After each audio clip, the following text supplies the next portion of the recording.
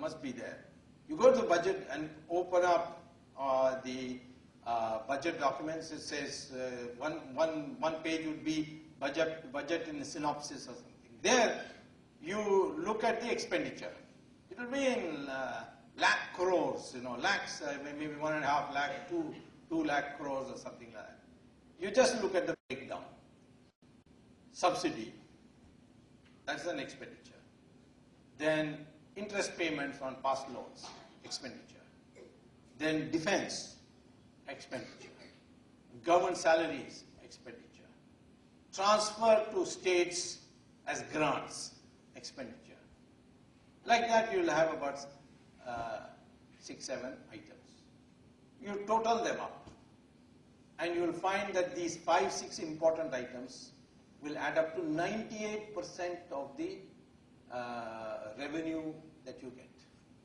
That is, that amount will equal 98% of your revenue. The expenditure on these would be 98% revenue. Now, tell me, which of these items I can prove? I heard somebody whisper, but not loud enough. Oh, come on, don't be afraid. This is one of the problems with Indian students. Subsidies. You are not going to be a politician, I can tell you that. No politician in India will dare to touch subsidies. You lose the election. This is why Narasimha Rao gave you from 0% growth rate to 7% growth rate. When your average for previous 40 years, 45 years was 3%. Communists, to hide shame, said it's a Hindu rate of growth. What Hindus have got to do with it? It's a Soviet rate of growth, But anyway, 3.5. And what happened in the election? He lost it. Why did he lose it? Because the Western interests who had grown over the Soviet period, those license and quota touts, and brokers and so on, they found this deregulation is drying up their money. So they said, my God, this man continues, we are all finished.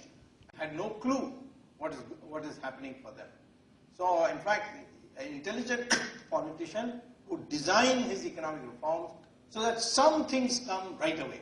For instance, if I were in charge, I would say, and I had told Narasimha Rao, he didn't agree with me, I said, abolish income tax. Immediately the middle class will be happy and they will all cheer and the stock market will go up and so on, and you'll only lose 4-5% of your revenue.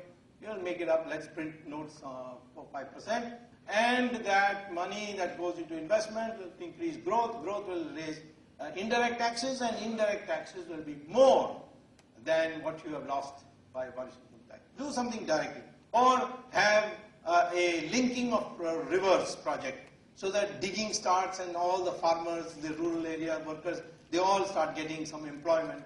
So they see something new is happening. You must always do something which is immediate results. You see, if this kind of thing you do, then people will be supportive. But if you just say, no, I'm deregulating, and then it will slowly over a period of time all filter down, obviously the rich people who have capital are going to be benefited first. So therefore, the budgetary collapse, I can't touch defense, I can't touch police. Is there anyone who would like to cut police expenditure now? After Bombay, nobody would dare. Nobody will touch defense. You can't touch interest, you have to pay, that's statutory, otherwise you will be defaulting. You can't touch subsidies because, everybody will be up in arms. You lose the election.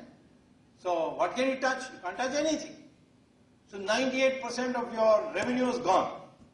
So what do you do for investment? Borrow. From whom? Your own banks. Force them. Tighten, twist their arms. Buy government treasury bonds. And that's what the banks have been doing. 50% of the bank's loanable funds have gone to the government. And so the government has been managing. But there is a problem there. You have to pay back that money. It belongs to the bank. And anyway, the depositors can create problems for you if you don't. So you have to pay that. Now we find that for every rupee that the government is borrowing, it is paying 97 paisa back as past loans. And by 2011, it will be 1 rupee, 1 paisa for every rupee you are going to borrow. So what are you going to do? You will have to say ultimately, I can't pay salaries, or I will put aside a salary in a fixed, compulsory